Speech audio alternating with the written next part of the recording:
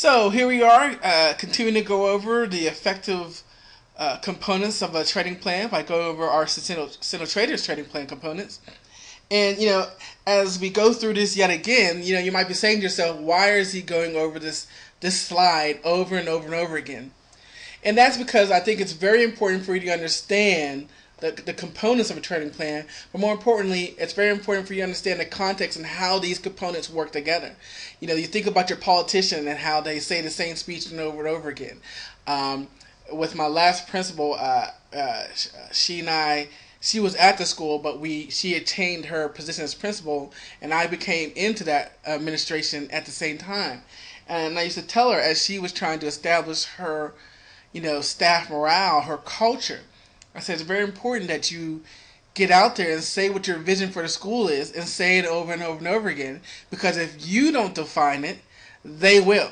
And so I'm trying to define it for you so that, again, the more and more you see this, the more and more you hear it, you're going to walk away and say, I don't know much, but I do know that the core components is identify the direction, the location, the trigger, and to manage the trade.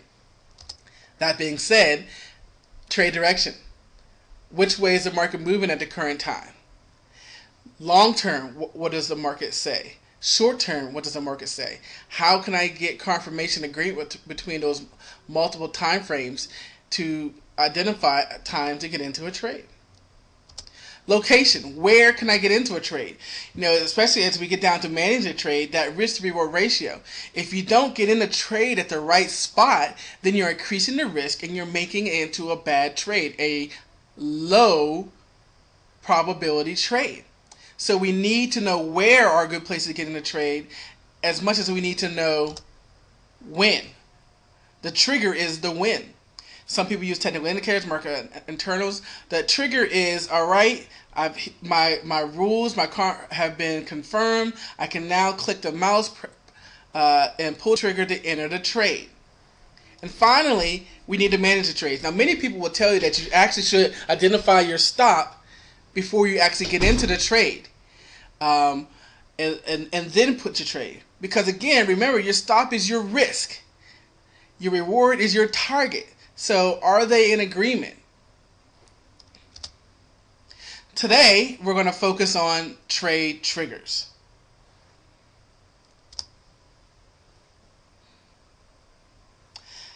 I have a good friend that I used to teach with in Virginia, and they'll be very happy that I have a hockey reference.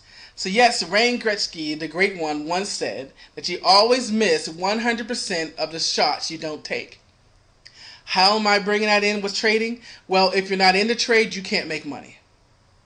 So, obviously, the reverse is true. If you're in the trade, you can lose money too. But in the end, hesitation probably costs you more money than not getting in the trade. Hesitation, and also comes into play with getting out. Following the rules will make you the money. But again, you have to get into the trade in order to make money. So what we have to do is to set up a criteria that identifies the direction, the location, and the trigger, and we have to get in. So how can we continue to gain an edge over the market? Well, we have to think about what successful traders do. And all of this, the theme of Successful Traders, effective trading plans, it's all about successful traders having a rule-based trading plan. Successful traders have the ability to distinguish between high and low risk trades. And think about that. Our second component, trade location. Again, you are increasing your risk of your trade if you get in at the wrong place. Just like in real estate. You make your money when you buy. If you buy at a good price, then you have more flexibility when you sell. If you get into the trade at the right place, you have more flexibility on your targets. But if you get in at a bad place, you could take more heat. There's all kinds of things. So again, good traders, successful traders, are able to distinguish between low risk and high risk trade. You can get a trigger. You can even get direction. But if the location is wrong, you're increasing your risk. And that also ties in basically with the odds being in your favor. See, traders who are successful don't trade just because the market is open, but they've identified, they distinguish the low risk trades, and they've said, my criteria has been made and I'm going to pull the trigger. And you see I'm doing this backward, bottom to top, because what's most important for you to understand is that a good trade is one based upon those rules, regardless of the outcome. Dr. Van Tharp, in his book Trading with Financial Freedom, talked about that the holy grail is the internal struggle between your profit and losses, not about a good trade and a bad trade. Because, see, a good trade has nothing to do with whether it made money or not. The good trade is, have you followed your rules? Did you see them? Did you identify them? Did you follow them? And it didn't make money at the end? Well, over time, you can say, then I need to change my rules. But being able to psychologically handle the losses and the profits and identify that I'm still making good trades, maybe I need to change my rules, and not say that you're a loser trade or the trade loss. Remember, a trade that gets stopped out is just the cost of doing business. Every business has liabilities. Every business has overhead. I believe trading has lower overhead, but it's still the cost of doing business. So if successful traders can identify low-risk trades or high probability trading, what exactly are those? Well, these winning traders, what they do different than bad traders is get into high probability trades, and they avoid the common pitfalls. Now, most of the common pitfalls are associated with not having the right mindset for trading. Again, that internal struggle between profit and losses, that internal battle of missing out. Did I miss that trade? Yesterday was a huge down day. I didn't trade it at all because I was handling some family business, and so I came back at 2 o'clock. I could have shorted the world, and because I missed out, or revenge trading. But again, I stuck to my rules, and when a good trade, high probability, low risk, identified stuff, I took it. You can't worry about the money that you missed out, but you have to follow your rules and get into trades. Because remember the thing, again, also in Dr. Van Tharp's Trading with Financial Freedom, the thing about trading systems out there, following this trading system and the other ones out there, it's not the trading system. It's whether or not the trade system fits you. So if you're not willing to take all the trades that are fired, that are signaled or triggered, and you only take certain ones, then you're lowering the probability of the success of the system. And then next thing you know, you're taking all of the losing trades and you're saying that your system doesn't work. When maybe if you were there at the beginning of yesterday, you could have took that big trade and everybody would be happy. So avoiding the common pitfalls of trading has more to do with avoiding the psychological damage of trading. So, I keep talking about this. What exactly are high probability trades? Well, again, it's about low risk reward ratio, getting in at a good price and having a target in mind, because your system, your triggers have been back tested so that you have a positive expectancy to know that with the right money management, I'm going to win on this trade more often than not. I'm not going to win every time. No one's 100%. But if I follow these rules more often than not, I'm going to win, and I'm going to be profitable at the end of the day. So what are these trade triggers that we can use to find these low risk trades and identify our stops and our targets so that our risk reward ratio is proper? Well, let's talk about this globally. A lot of people use things like support and resistance, channeling stocks with pivots. John Carter, shorting and buying pivots. Some people use chart patterns. Our Elliott Wave folks out there, our charticians, double tops, double bottoms, head and shoulders. Some people just trade those chart patterns. Rising 3, falling 3, some of the first ones that I've taught back in the day. Key price levels. We talked about this in the trade location portion of the video. People trading pivots, people trading the intraday high and lows, the open and the close, the Globex high and low. All these things can be triggers for trades. What about technical indicators? Stochastics, moving average, volume, Keltners, momentum bands, and the list goes on and on and on and on and on. So, of course, the question is, what are some of the things that we believe should be in your trader's toolbox? Well, these are the key elements that we use to identify and execute our trades. we do use some technical indicators. The more I trade, the less I use them. I gotta be honest. I'm really down to just a couple that we're gonna share with you. You can find a video, a blog, whatever, on a gazillion indicators, and they're all gonna tell you how great they are. So I'm not really gonna focus on how great indicators are. I'm gonna focus on just a couple so that you can incorporate them into it, but we're gonna really focus in on price action versus the indicators.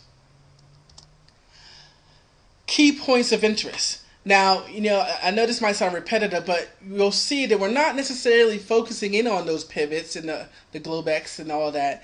We're going to talk more about swing highs and swing lows, and how they work intraday. Market internals. We're going to actually have a whole video on market internals. So when we get to this portion, I'm going to say watch the video on market internals.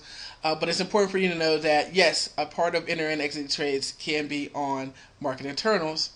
And of course, how are we going to tie these all things together to get confirmation to get in a trade? Single confirmation, dual confirmation, triple confirmation, however many confirmations you want before you hit the trigger, and hopefully increase the probability of the trade working out. All of that is going to be discussed. So as we show, we're going to start off by talking about technical indicators and how they can be used as a trigger. Now keep in mind, again, you want to combine these things. Some people are totally fine with one form of confirmation. I like to kind of combine them to get multiple confirmation before I get in a trade, because we want to increase the probability of the trade working out. I'm going to keep it simple and focus on just a couple things. Stochastics and a volatility indicator, something like Keltner that we see here on the screen, or MOBO bands, or price action channel to measure volatility on a different type of day. So, and that basically answers the question of, well, which indicator we're going to use. Well, based upon the type of day it is going to determine which volatility indicator I'm going to use. On a Keltner day, a narrow range day, ta-da, I'm going to use a Keltner channel. However, on a trending day, a fast moving day, I'm going to use something like MOBO or price action channel to help me with my signals. So let's pull up the charts and take a look.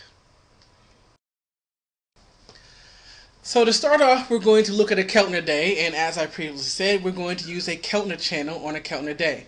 Now what you can see, right now we basically have pre-market here for you, and you can kind of see how the market is honoring the Keltners as support and as resistance.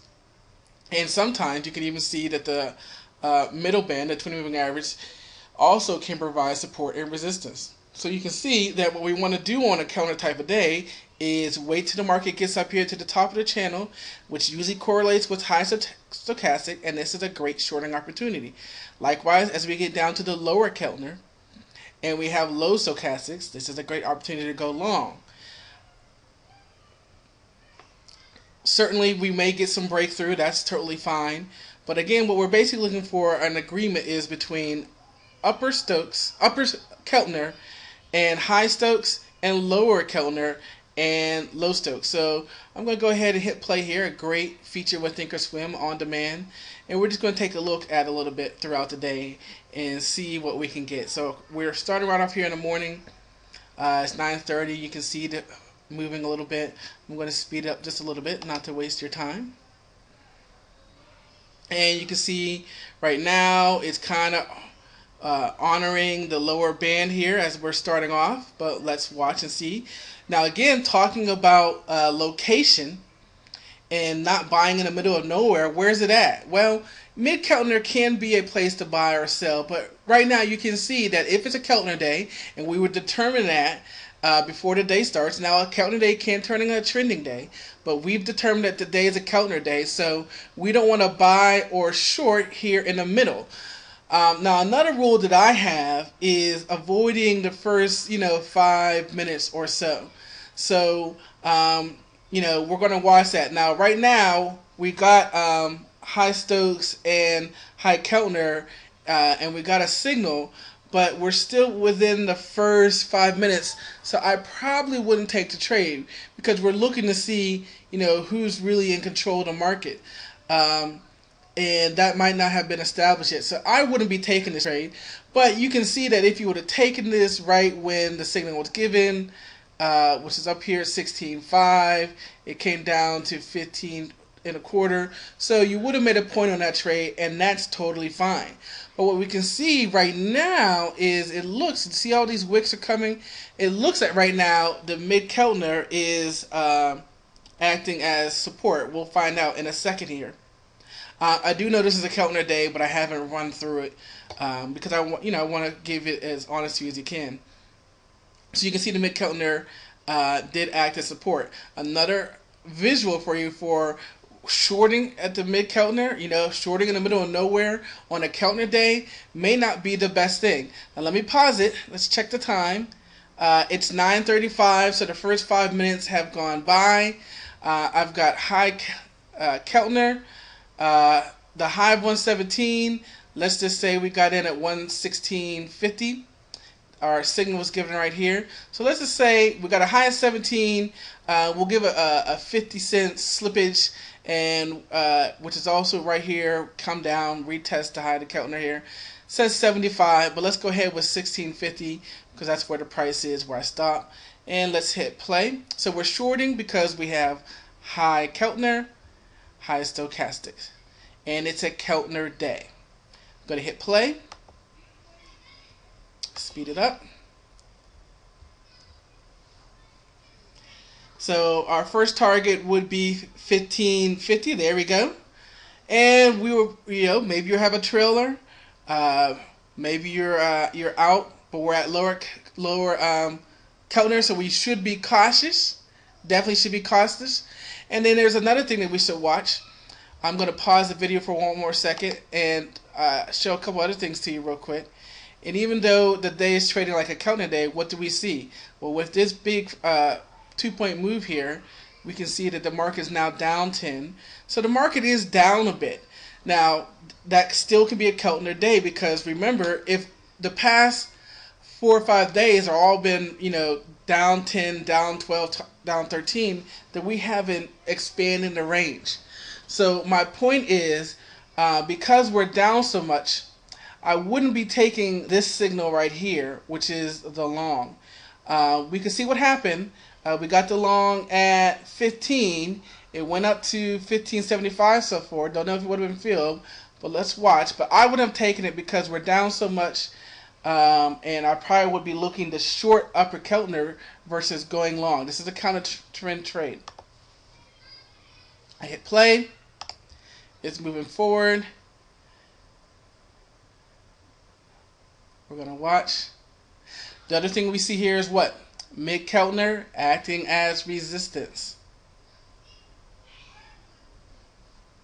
This would be a key price level that we'll talk about later. But we broke that. You might have another entry to a short at 15. And there we go. Now we actually have a SOAP. Dave Elliott is when we get 2 crossover. That's a SOAP buy. So we got a buy here. We push down. We got a buy around 13.25. Let's watch what happens. We're at 14. We're at 14. I would have taken this one because we pushed so far away from the Keltner on a Keltner day. That, would say that maybe we want to at least come back and get back to the Keltner. So we got 14, 14.25. There's a point. There's a point.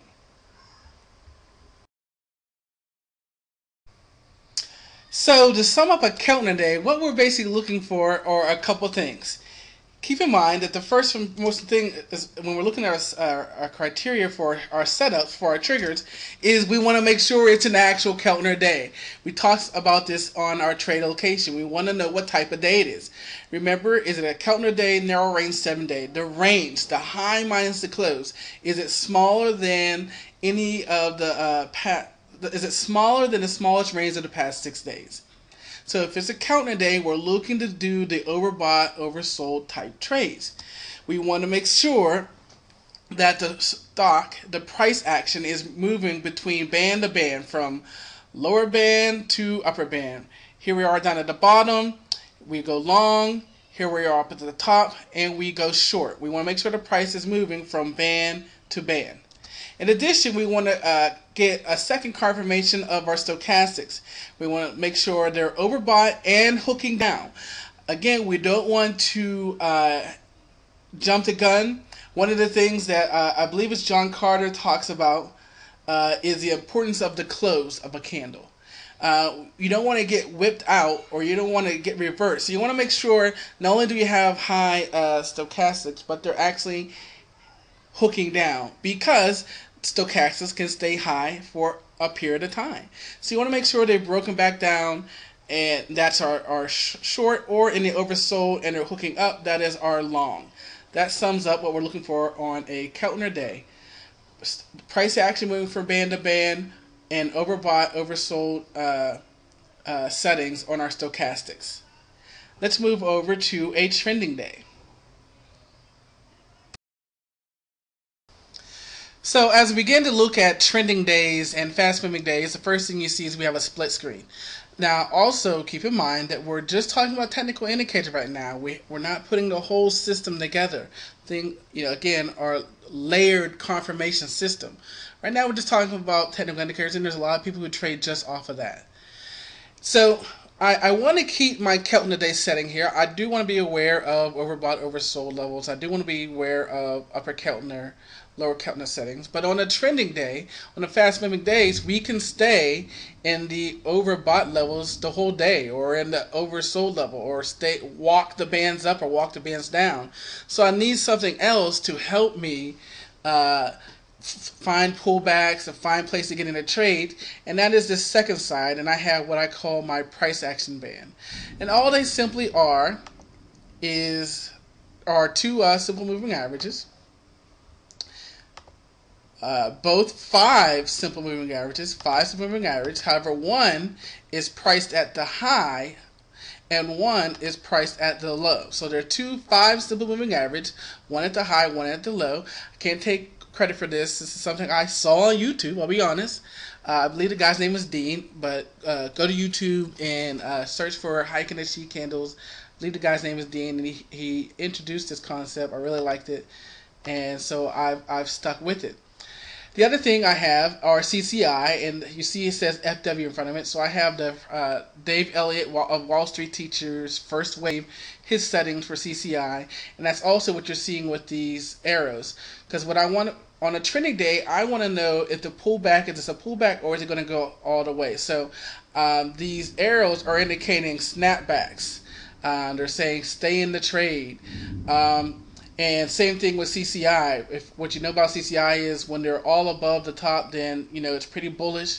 And when they're all down bottom, it's pretty bearish. And then when we start to get these bows, this looking like an arrow, that's the snapback setting. And when we get that air in between the 5 and the 20 and the 50, that is the snapback area.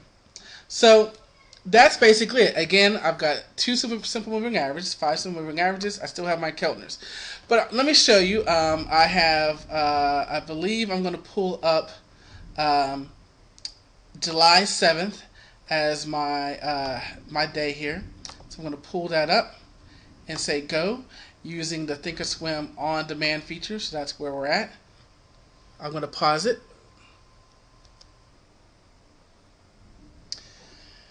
Okay, so here we go. We're at 9:30 in the morning. As I mentioned earlier, I try to stay out of the first, 5 minutes or so. You can see we're in a bad location. We wouldn't see that over here, but over here we're looking at the code and we can see that we're kind of in the middle of nowhere. So we're not buying yet. Not buying yet. And even though, remember, with the bands, if you get a close above the band, that's a buy. A close below the band, that's a sell. So our price action bands are giving us a buy, but I'm going to stay consistent to my rules and say, well, it's still the first couple minutes of trading. I'm going to kind of hang out for a second. But notice, you can see as we're moving up strong with our price action band, you can see how all the CCIs are above. This is what Dave Elliott calls zoom zone. But what did we see happen? We went up to the top of the Keltner and we're pausing. Doesn't necessarily mean we have to get out. So now we're seeing these arrows. These are the CCI arrows. And right now, as you can see, the air in between our fastest CCI and the 20 and the 50, they're saying stay in the trade. If you're in the trade, we're going to snap higher. And notice what we have. Now I'm looking at the time, and it's about 9:34. And I'm looking over here. And so right now, I'm going to go ahead and say we got a pullback. I'm going to buy a breakout above the high. So the high is 27.75. So 28, I'm in. So our price action band gave us our entry, but notice when we look at our Keltner band that we don't really get an entry. Some people know that a close above the band is a buy signal, or below the band, just like we talked about the price action band. But what we have here is a walking of the bands. So we never would have got a true entry. We did get 1 point. We did get 128 up to 129. 1 point is fine. And now we're pausing a little bit. We'll have to see what happens here.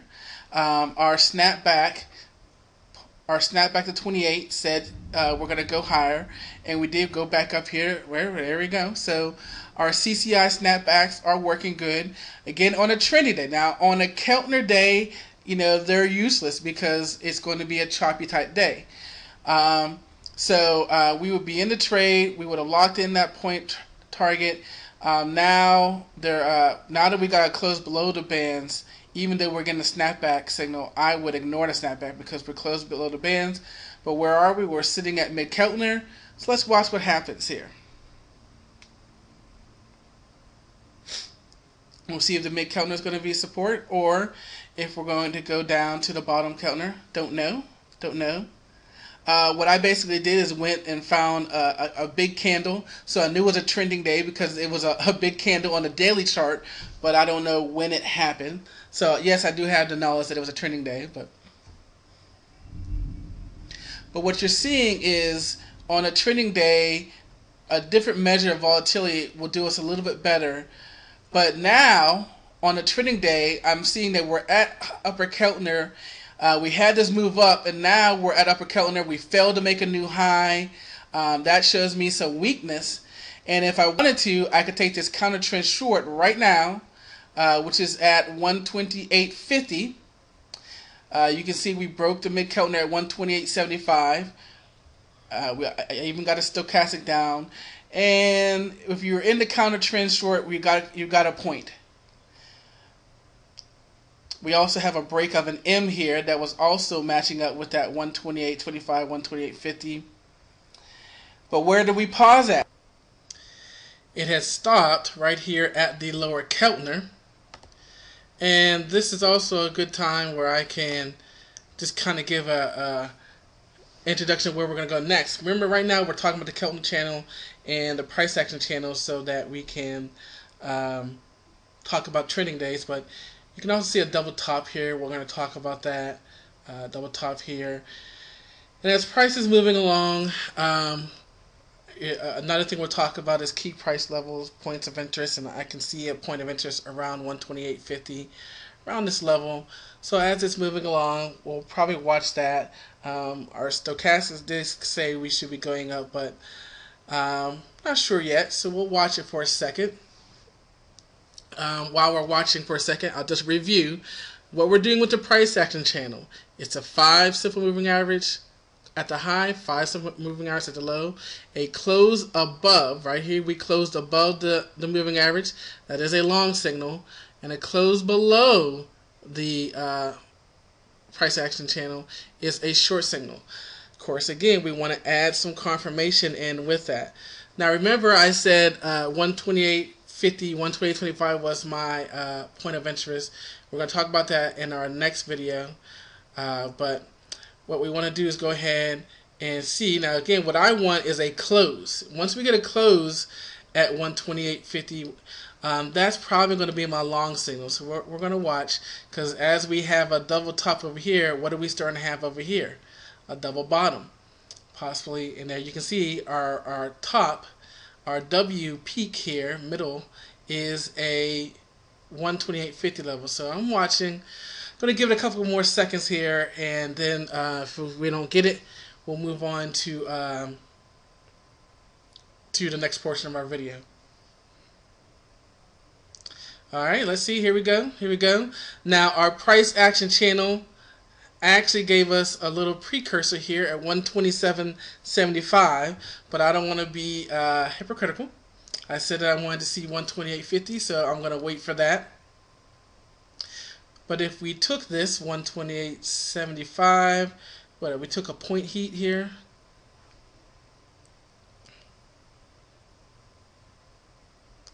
Now the thing about this, remember it's a trending day, and so you don't feel so bad about buying pullbacks. Well, there we go, there we go. But here we come to 128.50. Are we going to get a close? Are we going to get a close? We do, so we are in at 128.50, and we are off. Let's see if we can get 29.50. Can we get 29.50? Little heat. Okay, here we go again. Notice, where do we pause? We paused at the upper counter. Of course, our risk to reward, we only had a point. We had 28.50. The top of our channel was 29.50. So we had a reward of 1 point. Our stop would have been, you could have had a top stop with the counter. So that would have been about a 50 point. Or you probably would go with a point down to 127.50. So a 1-to-1 relationship. Let's see what happens here. We got up to 129.25. We'll give it one more minute.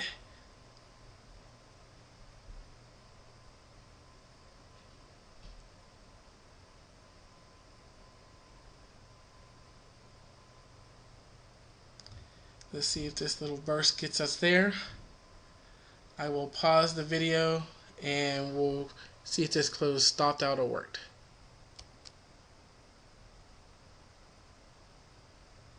Oh, wait a minute, here we go.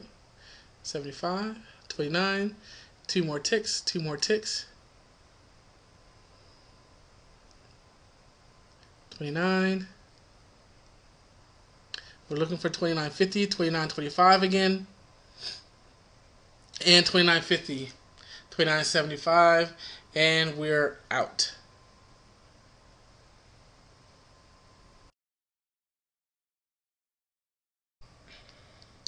So let's go ahead and try to bring some closure, some meaning to what we just watched.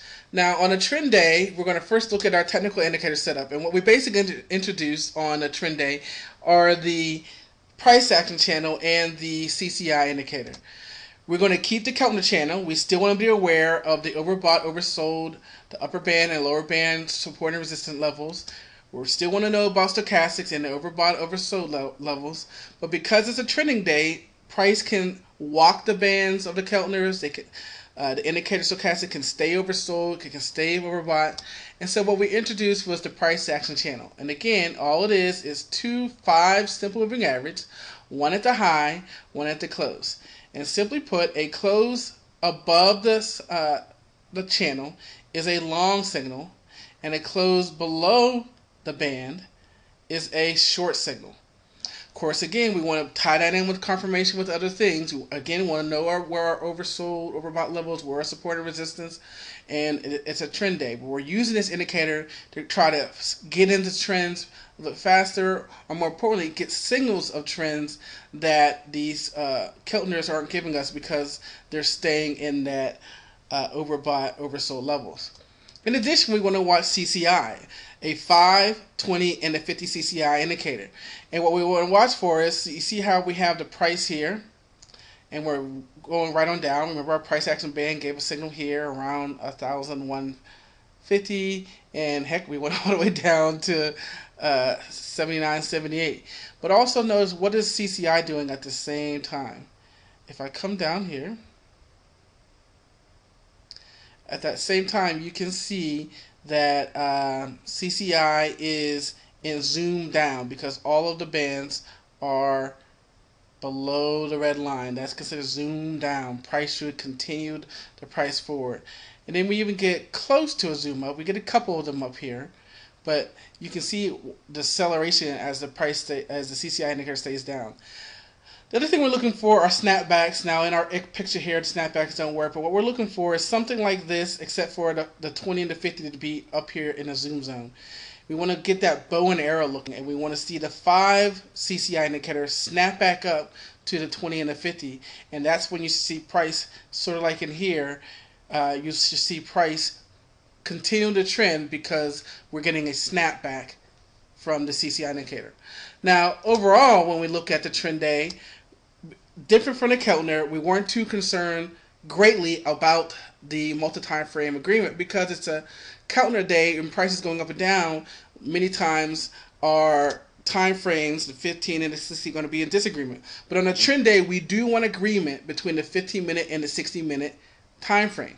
Remember, we talked about this in the trade direction video. We want the longer term to give us the trend, 60-minute up, and when the 15-minute comes in agreement, that's actually a trigger alone by itself. Then we want to make sure price is above the daily pivot for uptrend, below the daily pivot for a downtrend. We want to check the relationship of the price and the daily pivot. And then we want to watch the time of sales for block sales. Now on the YM, we want to see blocks above 10. On the ES, I mean, you want over 100. You want to see what the big boys are doing.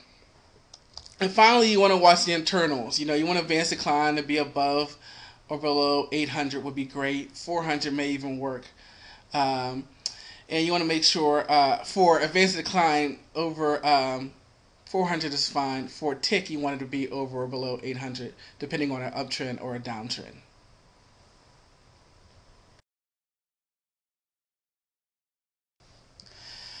Okay, as we move along, we're going to now talk about chart patterns and key points of interest. Now we have 3 charts for you to look at. On the right-hand side, we have our faithful, what is that? Keltners and stochastics. Again, we always want to be aware of some overbought, oversold levels. That's certainly very, very important. Next to that, in the middle, I have the 1-minute chart with just regular volume, and if I shrink it down, you can see the purple line here, the pivot. So this is a 1 minute with pivots and volume. And then over here, I had the 512 tick chart with a up volume, down volume indicator made by ThinkScriptor. It's for free for the TOS platform. And on here, I also have the pivots. So you may be saying to yourself, all right, so what's the yellow and the blue line? Well, so that's where we're going to talk about key price levels. And all the yellow and the blue line are indicating are swing highs and swing lows. The yellow lines are swing highs, the blue lines are swing lows. Those are confidence levels. Those are key price levels. Where either the sellers took over and brought it back down, and the blue line, the buyers took back over. And what we want to do is these key price levels are just another form of, that's right, support and resistance. So we want to be aware of these in conjunction with chart patterns, and we've already talked a little bit about that in the last video, portion of the video. And it is primarily we're looking for double tops and double bottoms, M patterns, W patterns. That's the main chart pattern. You know, when I first started off, there was rising 3, falling 3s. All kinds of it, and I do pay attention to on a daily chart some of the ascending wedges, but in its bare stripped down essence, we're looking for double tops and double bottoms. That's the price action that we're looking for. So we're going to go ahead and hit play on our on-demand. We're on the same day, so just to kind of give you a reference, we're still on July 7th of 2010. And we'll just pause and play and see where see how these price levels and chart patterns kind of come into agreement to form confirmation. So I've hit play, going to speed it up a little bit, and there we are. One of the first things you should see, I'm going to pause it, is what?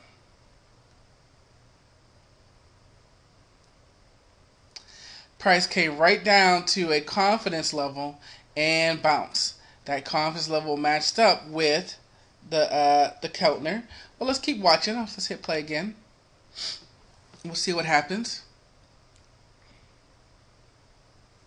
course, you can see that the longer the time frame, the better the price level. But so we do see some different price levels.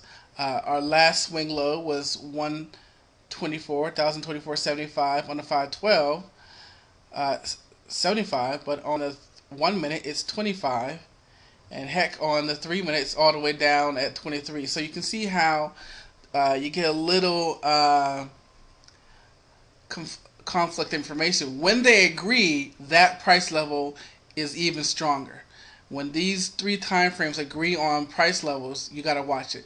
So we came down and air kissed our 24.75, and we're taking off. That remember, it's still a little bit early, and you know how I feel about the first 5 minutes or so. So we're still watching that.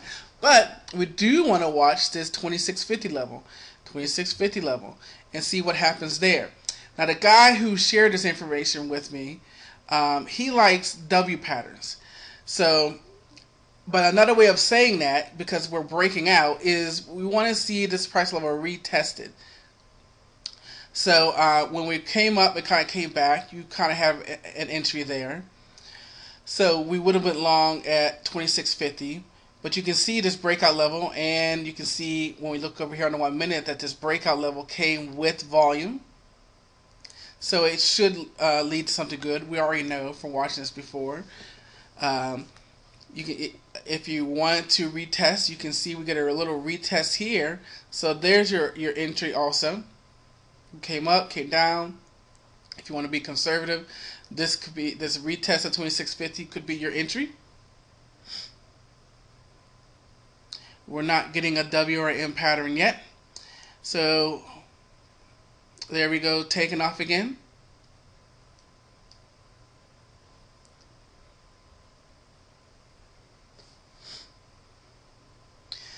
One of the things we could do is, as you see the prices going up, you can make, and getting closer and closer to the Keltner, you can make the decision about whether or not you're locking your profits now.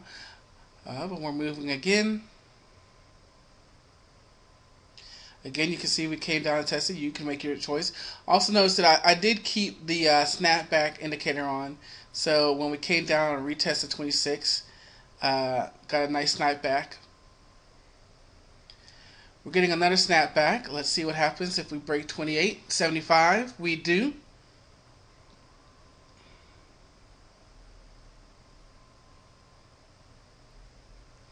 With the wicks happening here at 29, you probably would want to go ahead and lock in profits now, but we are at the top of the Keltner.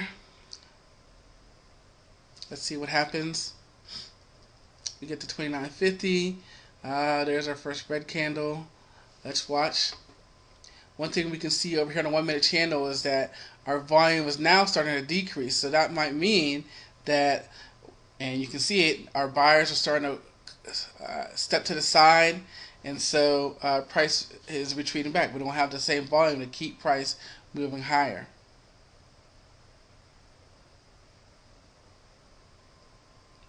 Of course, we want to watch this 28. It's a key price level, support price level. What would be great is for us, again, looking for those WMs, is we can kind of get a test of 29 again, and if we come back down to 28, then we would have a nice M pattern to handle a nice counter trend short. So there we go. We went up, tested 79.75. We did not break it. Again, we're a little wary of playing that bounce because of the volume, but we did have our snapback and we did get run up. But now we have an M pattern. Here we have 128.50, but we'll go with we broke it. If we come back through 128.50, we can go short. We're short. Let's see what happens.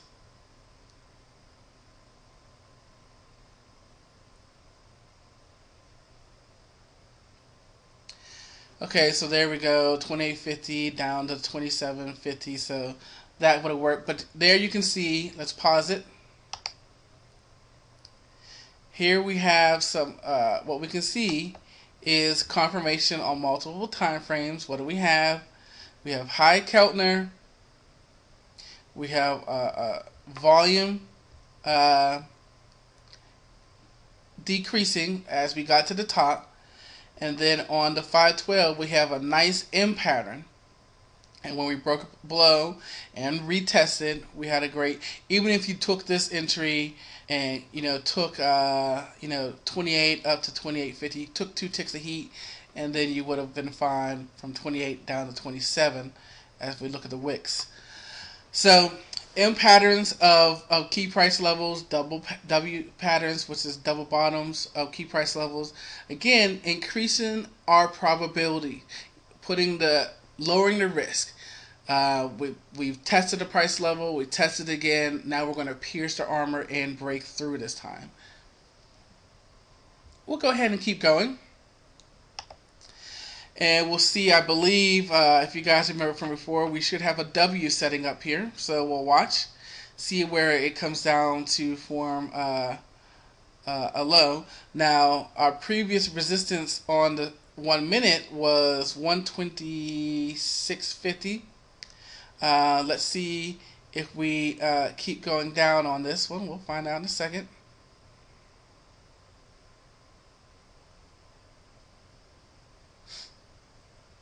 $126 is our last point here on the 3-minute chart as well.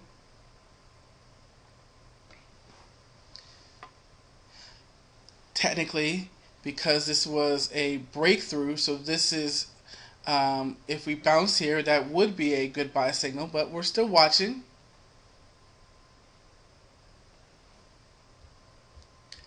Let's speed it up. There we go.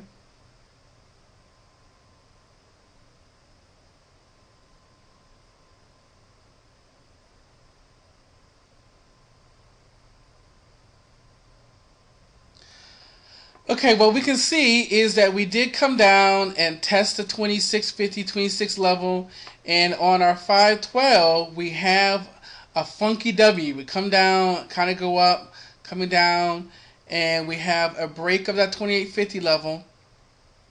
We get all the way up to 25, not 29.5, but you guys know from the last video that yes, there is a little heat on this one, but what you would do is you will hide your stop, and we'll talk about this in the trade management, but you will hide your stop a couple places. You can hide it below this confidence level. You can hide it below this confidence level, whatever your risk tolerance is. But this W pattern, as we came down, tested it again, and as we broke through, that is our entry.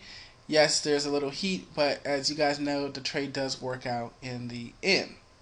So what we want to basically do is a couple things. We'll review what we're talking about here with the points of interest and the chart patterns, and then talk about how we're going to confirm, bring it all together.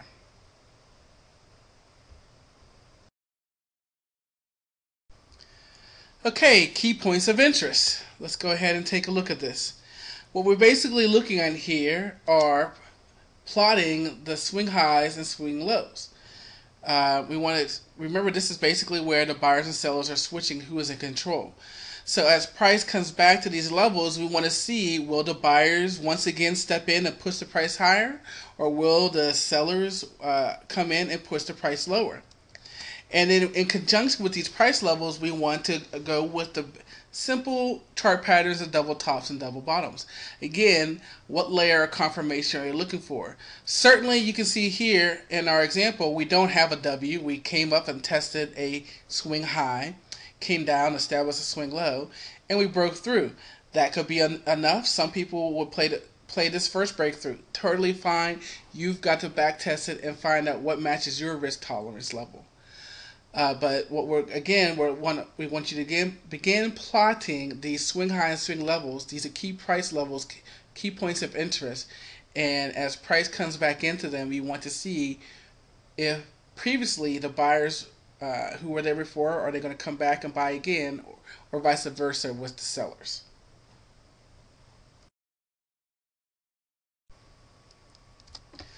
So let's see if we can bring this all together. The first part of any trading system is identifying the trend in the market. Are we in an uptrend or are we in a downtrend? Next, We need to identify key price levels or find good locations to get into or to get out of our trades. We make our final decision, we confirm our decision by using a set of rules, establishing a set of rules for entering and exiting our trades. And remember, one of the most important things has to do with the type of day, has to do with the trend in the market. It has to deal with, are we in a narrow range day, are we in a trending day? So when we're looking at our narrow range day, we use Keltners. We want to identify our overbought and our oversold levels. We use Keltner channels and stochastics to help us with that. On a trending day, we now want to find valid pullback levels. We want to find a way to get into the trade. However, since it's a trending day, our Keltner channels and stochastics may stay either overbought, oversold, or may not actually give us a signal. So we used our price action band, and we use CCI to help us on our trending days. And then finally, we want to identify key points of interest, and we use a swing high, swing low indicator to help us identify those, and then we combine that with chart patterns like double tops and double bottoms. Now, how do we get this to be confirmation of getting into the trade? Well, that's where you're going to have to back test this a little bit. Do you need single confirmation? We broke a key price level, get in the trade. Do you need dual confirmation? We've got low Stokes and we're at a key point of interest. What about all three? Low Stokes, lower Keltner, key point of interest. You're going to have to determine with your risk level which one's going to be best for you, or if all are needed to create a high probability trade, a low risk trade.